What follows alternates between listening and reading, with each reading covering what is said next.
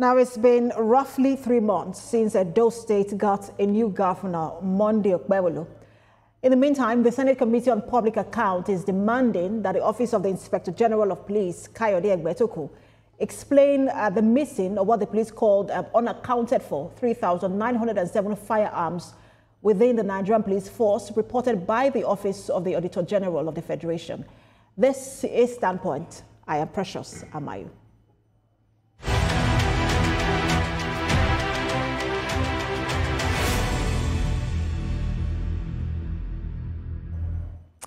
Now, the first day, 100 days of any administration serves as the foundation for the developmental strides expected from such government. In Edo State, Governor Monday Okpebholo has been seen, according to the members of his party and supporters, they say the governor has been seen taking decisive steps in different areas of the state's development, but opposition party begs to differ. Now, joining me to discuss this is the Secretary to Edo State Government, Umaru Musa Ihilo. He joins me live from Abuja studio. Good to have you join us, Mr. Ihilo. Thank you. Well, thank you for having me. I appreciate it. All right, so let's begin with what would you say, or how would you say the governor's administration has gone so far? 100 days, some people would say, for some people it's too short to assess anything, but for others, there is a popular proverb in Africa that a masquerade that would dance well begins from the first step. So how would you say the governor has done so far? Thank you very much. I will take it from your reference of that African proverb to also mention that sometimes it is from Wednesday that you know how the weekend is going to be. So yes, 100 days may be too short to do a lot of assessment, but it's very indicative of the seriousness of any government and its intentionality for developmental projects and agenda to benefit the people. And I believe that within this first 100 days, Senator Monday Okpebholo, the executive governor of Edo State, has demonstrated very convincingly to Edo people and those outside Edo people that he means business, he means development, and he has done a lot, unimaginable. Some of these issues that couldn't be achieved in 2 years by the former administration, through 3 years, he was able to achieve within these first 100 days. And we are going to be talking about some of them later on. So this is just a benchmark for assessing his developmental stride. And we have a roadmap to carrying out all our agenda. We have an agenda and we have a roadmap to measure ourselves, against some of these benchmarks. One of them is this first 100 days. And then there is going to be the first year in office. After that, there will be the 2 years before the pre-election year. So we already have this roadmap marked out very clearly, and we are following it very meticulously. From what I hear from you, because I know that the formative days of the scrutiny of the formative days of any administration is usually the fiercest, but you think that the governor has been able to set in motion his vision and some of the campaign promises he made to effect change in Edo State? Yes, I mean, it was very clear. Like I said, we have an agenda. There are 5 points agenda, and we have what we call the Project Shine, which summarizes our slogan, "A New Edo Has Risen." That Project Shine is S-H-I-N-E, Shine, which of course represents Edo shining. The S is for security, the H is for health, the I there is for infrastructural development, the N is for natural resources and agriculture, and then the E, of course, is for education, for empowerment and human capacity development. So if you look at each of these areas, we have done more than enough, within this first 100 days. If you take the first one, security, the governor demonstrated his willingness and ability to restore order and public safety, within the state. When we just came in, there was a lot of court rivalries, court killings, and Within the first few weeks, he adopted certain strategies, both kinetic and non-kinetic, that restored order in the city of Benin and stopped the court killing that was going on in the city. And by the time the Christmas came, everywhere was very calm, everywhere was peaceful, which was quite unusual. And a lot of people testified that this last December happened to be one of the most peaceful and secured Christmas ever celebrated in Benin City. We have a lot of testimonies on this. So this is part of what we are doing with security. He purchased and procured a lot of brand new Hilux vehicles to confront criminal gangs and chase them and smoke them out of their hiding places.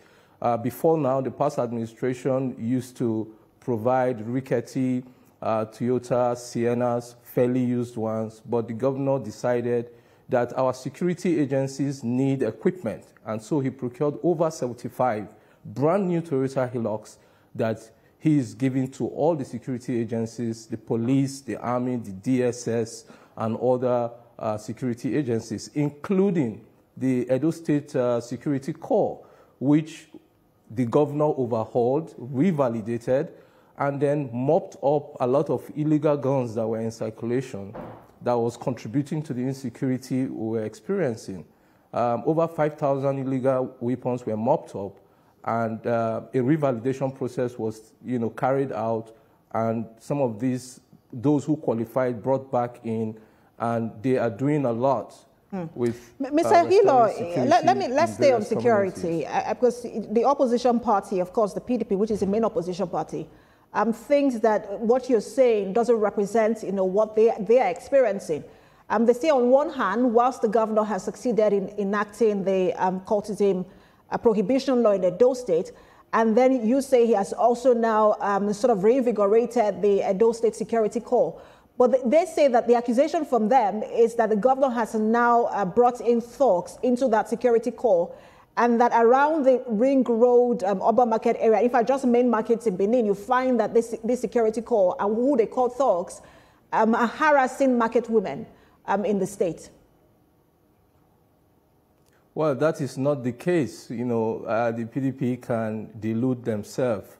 They were the ones actually who recruited a lot of thugs. Before now, under the last administration, the criteria for recruiting persons into the Edo State Security Corps was that each person must come with a gun. And there was no question about how that gun was obtained, whether it was legal or illegal. So we had a lot of non-state actors armed, and many of them were, belonged to various courts, and that is what increased the rate of insecurity in the state just before the elections. If you remember very well, some of these members of the XY band Edo State Security Corps were responsible for the killing of a police inspector before the election, and that is why the Inspector General of Police had to place a ban. So what we did was to sanitize the system that PDP was operating. We recalled a lot of the illegal weapons. We mopped up over 5,000 of them, revalidated the corps members, and ensured that whoever was now being recruited into the corps are responsible Edo citizens, attested by their various local governments, their heads of their local governments, their traditional rulers, and their communities, to say these persons are from our community, we know them, they are responsible, and not criminal gangs who operate under the cover of state's security apparatus. So Governor Okpebholo has actually sanitized the system from where he inherited it. So who then is in charge of revenue collection in Edo State, especially from market women and artisans? Well, the Edo Internal Revenue Service, EIRS, is in charge of that. There is a system we met in place, and we have adopted that system and, issued a statement and a circular that we are going to be adopting that system and upgrading it. And that's what we are currently doing. So the collection of revenue, both from the transportation sector and other sector, is digitized.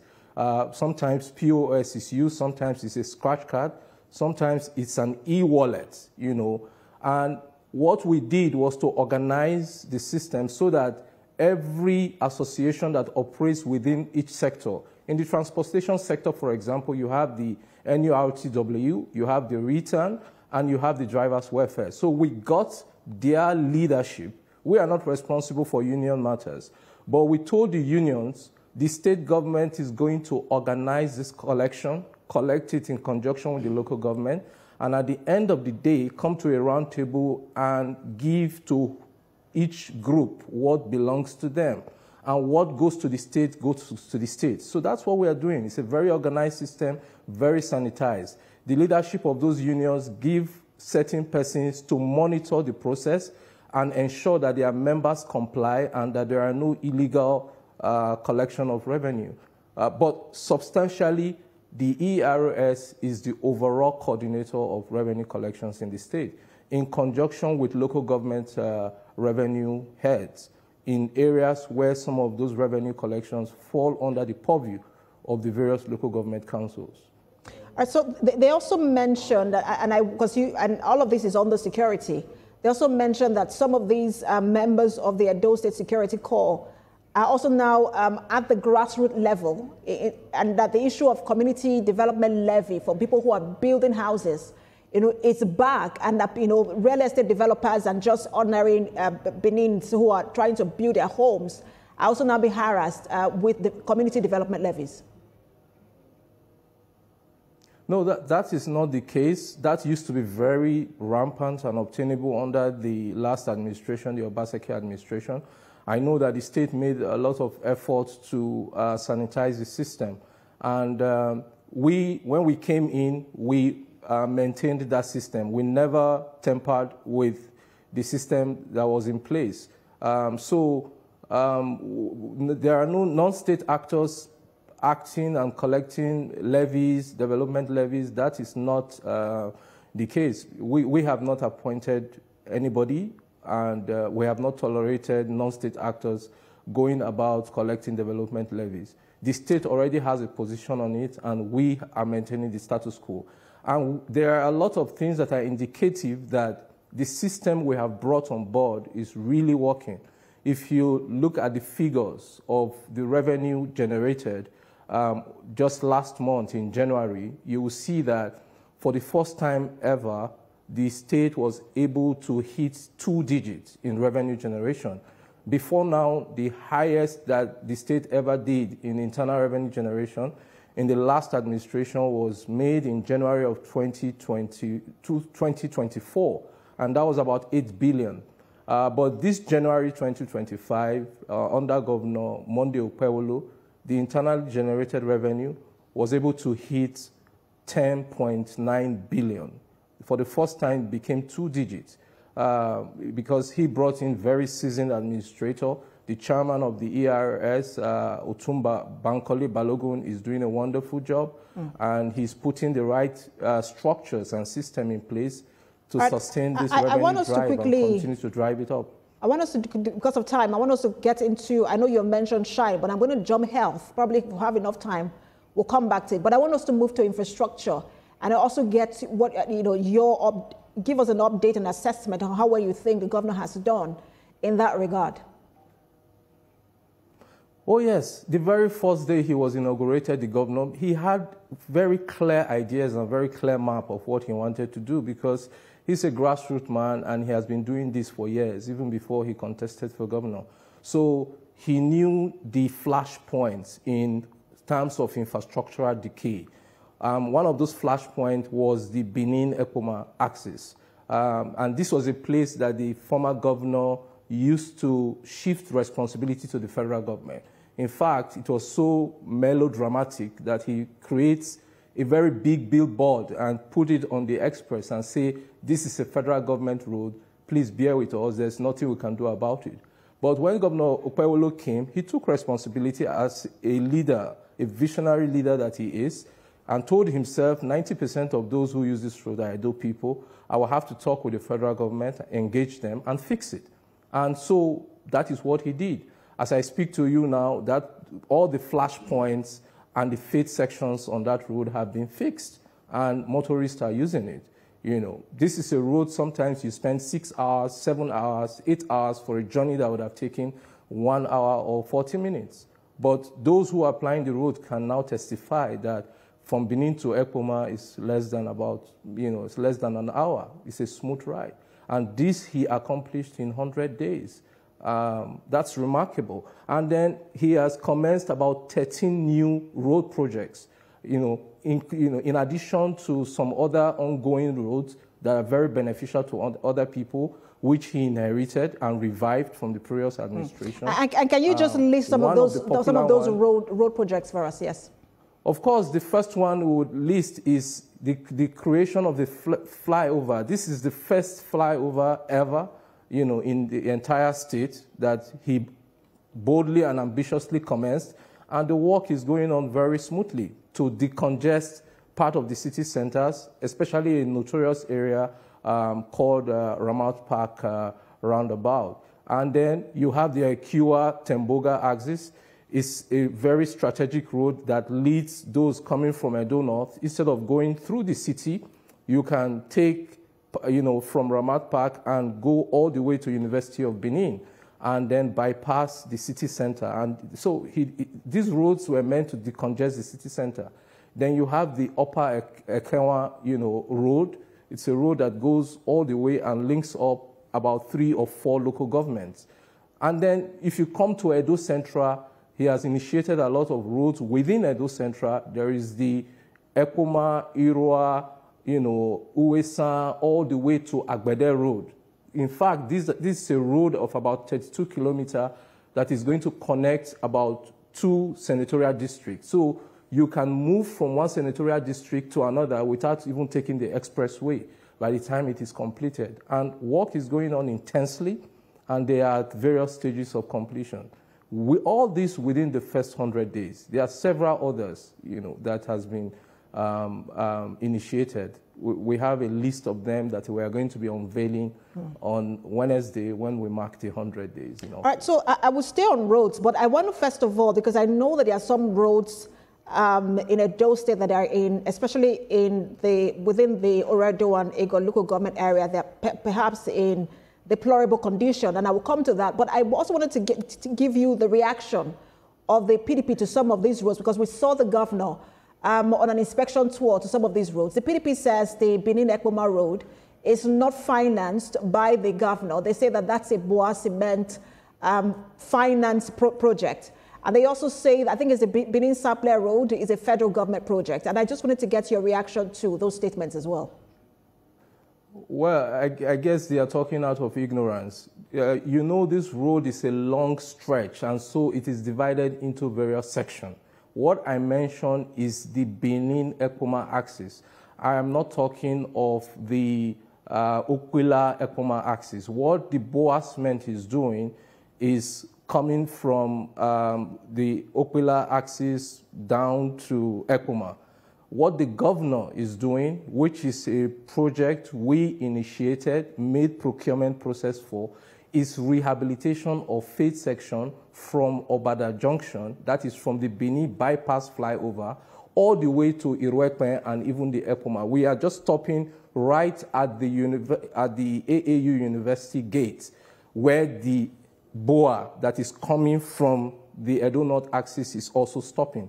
So, and be that as it may, even the BOA construction was also attracted and facilitated by the executive governor. I mean, if it's a federal government project, why was it not done under the last administration? That was because of the frosty relationship. The past government didn't have the initiative to engage and network with the federal government to attract some of this. So the governor, even before he was sworn in, met the president, met the Minister of Work, lobbied to have this intervention that BOA is doing even at once. So you can actually attribute it to the executive governor of Edo State and other leaders within the state, including Senator Adams Oshomole. So what BOA is doing is as a result of the intervention of the executive governor. And then the path from Benin to Ekpoma is direct project initiated by the executive governor. And it has now been completed. All right. And it's part of what will be I am trying to, commissioned Mr. Hill, I'm on trying Wednesday. to manage time. But I also wanted to ask you about inner roads within, because Edo State, I understand, has a very good network of roads. I mean, most of them are not major roads. But some of these roads are now in deplorable condition because of flooding majorly. And you find that people who live in those areas are moving out of their homes because they are being disturbed by floods. Is that something that the governor is looking at? And I can mention some of these roads, but because of time, is that something that the governor is looking at in terms of fixing some of these inner roads? Surely we understand that problem, and that's something the governor is looking at. If you remember, during the campaign, the governor was at the GRA, Government Reservation Area, and this is supposed to be the most urban and a very sophisticated area of Benin City, but it was flooded because of lack of a drainage system. Under the administration before the previous one, under Comrade Adams Oshomole, he created a special fund for stormwater to decongest, the flooding problem in Benin. But the last administration did not continue that initiative. So the flood was becoming a big problem, lack of drainage, even within the GRA. So within the GRA, you have a lot of roads that were eroded by erosion. And so what we are doing is to revive some of these stormwater projects, and that is part of what the executive governor is looking at. All right, so let's now move to education. I'm taking them one after the other, and then we'll also look at the governor's administration as well. Let's look at education. I mean, we've had videos, and clips from the past about the state of classrooms in Edo State. Sometimes is quite, it's disturbing to see the condition in which, students are learning. What has the governor done in terms of infrastructure, in education? Yes, I mean, the very first week he came into office after his swearing in, the executive governor made a tour of the entire schools within certain senatorial district. And what he found was very shocking, that despite so much PR and propaganda about Edo Best, the state of infrastructural development in education was in very deplorable condition. I mean, there were schools like in Amagba community, there is a school, Oroma Primary School, where 2 classes are combined in a single class. Primary 1 and 2 will be put in one class, 2 and 3 in another class, 4 and 5 in another class by one teacher because of lack of classrooms and lack of manpower. That's in one of the biggest local government and one of the most sophisticated local government in Edo State. We are not talking about the interiors. So we had schools like this in Oredo, in Okpebholo, in Ego. And the governor taught them and immediately gave an instruction that they should be rebuilt and construction should commence. And some of these schools have been completed. They are part of what is also going to be formally commissioned on Wednesday. So the whole project about Edo Best by the last administration, like we keep saying, was a scam. And there's a reason. We are not just saying it was a scam for a reason. It was a scam because a lot of money, $75 million, went in, but there was nothing to show for it. In fact, if you use different KPIs, key performance indicators, and measurement statistics, if there is the Universal Basic Education ranking that is made every year by the Universal Basic Education. Go and look at the ranking of Edo State under the UBA ranking in 2016 when Obaseki took government. Edo State was number 9 position. In 2020, 2 years after he started implementing the Edo Best program, Edo State dropped from number 9 to number 11. And in 2022, it dropped from number 11 to number 13. So the more money he was accessing from the World Bank and poured into the so-called Edo Best, the more deplorable our standard and our ranking was coming down. Some of these allegations cannot be verified. But as much as you are saying that the past administration... Yeah, it's there for verification. You can check it out. You are berating the past administration, but 2 things you have said so far is that you have retained their revenue collection mechanism as well as the policies they made in terms of the community development levies. At least you have admitted that in those regards they did something right. But I also wanted to, I'm staying on education because the allegation again coming from the opposition party is that you have now inaugurated a governing council for Okpebholo University, where there used to be a special intervention team. But that some of the lecturers that were sacked, for extortion from students, asking for sex for marks, fraudulent activities at the bursary, that you have now brought those students, those lecturers and staff back without a proper investigation and probe of why they were let go in the first place? No, that's completely false information. Another very false propaganda from the PDP. With respect to Okpebholo University, what the governor did was to practically rescue the university from the brinks of collapse. That was what was supposed to happen. I mean, in another year or two, the university would have been shut down from the state it was. Medical students, for example, belonging to that university have not been able to get induction. There are those who have been in the College of Medicine for about 10 to 15 years. Why? Because of lack of accreditation. The accreditation was withdrawn by the Medical and Dental Council. Recently, the governor has been able to get about 128 of those students inducted after engaging with the Medical and Dental Council and putting certain infrastructures in place and demonstrating his will to revive the university. So the first thing he did was to increase the subvention from the 41 million that the former administration was giving the university to 500 million. That's over 1,000%. And then the SIP was just another mechanism, a group of consultants. They are not the governing council. So the governor avoided to inaugurate a governing council that is supposed to be in charge of the university and then was running it with a so-called kangaroo SIP. And we had to tell those ones to go because they were a group of consultants and they were receiving even more money than what was allocated to the entire university, those group of SIPs. So we have inaugurated a governing board. The governor has inaugurated a governing board, and things are back in shape. And the students are happy, the lecturers are happy.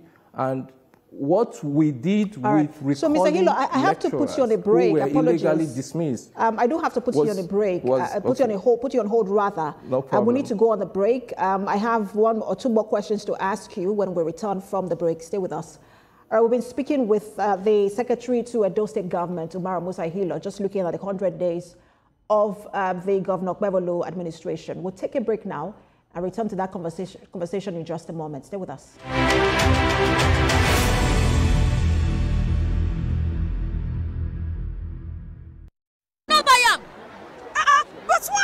Say this big bull bag of rice no get the new big bull holographic seal. Not true. Introducing the Big Bull holographic seal tape, your favorite authentic Big Bull rice, 50 kg and 25 kg. Now with holographic seal tape. This is to ensure you get the premium product from Big Bull rice. Do not buy if the holographic seal tape is not on the bag or is broken. Big Bull rice, tasty rice nourished you.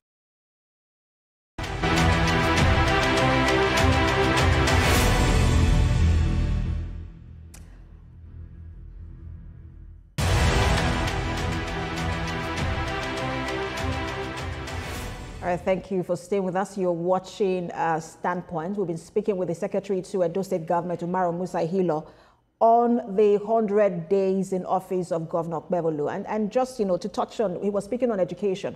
But, many will say, and, Mr. Hilo, thank you so much for staying with us. I know you've touched on education, but just before we let you go, I wanted to look at this issue. And one of the things that people sort of criticized the administration of Governor Basaki for was how he ran, or how the legislature ran under him. But we're also now seeing cracks within the administration of the governor of Okpebholo, where the Attorney General has been of the state has been suspended, along with someone who also handles something around local government commission. Isn't that too early? And the governor is also running on just about 5 commissioners. Okay, very quick redirection there. We have 9 commissioners in place currently, and not 5. When he came in, he immediately, I think that was the fastest that happened, he immediately appointed some key commissioners as well as the Secretary to State Government and the Chief of Staff to get the government running. The last administration, when they came in 2016, took 9 months to appoint commissioners and to form cabinet. But the governor has put his cabinet in place, the quorum has been formed, and the government had the Executive Council meeting this week on Wednesday, and the state of business is going on. As you referenced the suspension of the Attorney General and the chairman of local government, Edo State Local Government Service Commission, that is based on standard practice. It's not indicative of any crisis, and nothing is too early. In fact, it demonstrates the governor's commitment to transparency and accountability, so that when there are allegations that needs to be answered, he requires the officer in charge to step aside for a while those allegations are investigated by a panel, and if they are cleared, they are either recalled or told to permanently step aside. So for now, it's just a suspension that is being looked into. There is a panel looking into it, and in a week or two, they should make recommendations to the executive governor. So everything is very much in order, and all the commissioners are working very well to achieve the agenda of. And is the governor going to appoint more commissioners? Of course, he will do that in due course. For now, he has more than enough to work with, more than what is even required for the quorum for ESCO to meet. And so ESCO is meeting, decisions are being taken, and critical sectors are functioning optimally.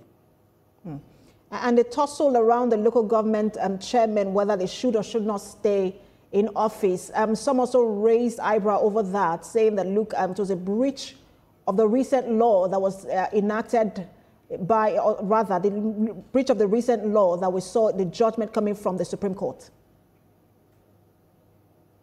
Yes, it's a subject of litigation now. Some of them are still in court, and some of the issues also overtaken by other events. I think it also comes down to the governor's direction, of ensuring transparency and accountability in terms of even the use of local government fund. Not that the state wants to use that fund, but the state has a right, considering that it is given that power under Section 7 of the 1999 Constitution as amended, for the supervision, composition, and administration of local government councils. So the state has a right to ask questions about the use of those funds, and that's what happened. Mr. Okpebholo, I know that you have inauguration of projects on Wednesday. We'll continue to follow through with the policies and projects of this administration, and as necessary, we'll speak to you from time to time. Thank you so much for your time. Secretary to Edo State Government, Umaru Musa Hilo. Welcome. Thank you. I appreciate it. Thank you very much. All right. So when we return, we're going to take a break now. When we return, we'll be speaking on issues around security and what the Senate has called missing firearms. But the police say they are not missing. They are just unaccounted for. We'll take a break now and return with that conversation. Stay with us.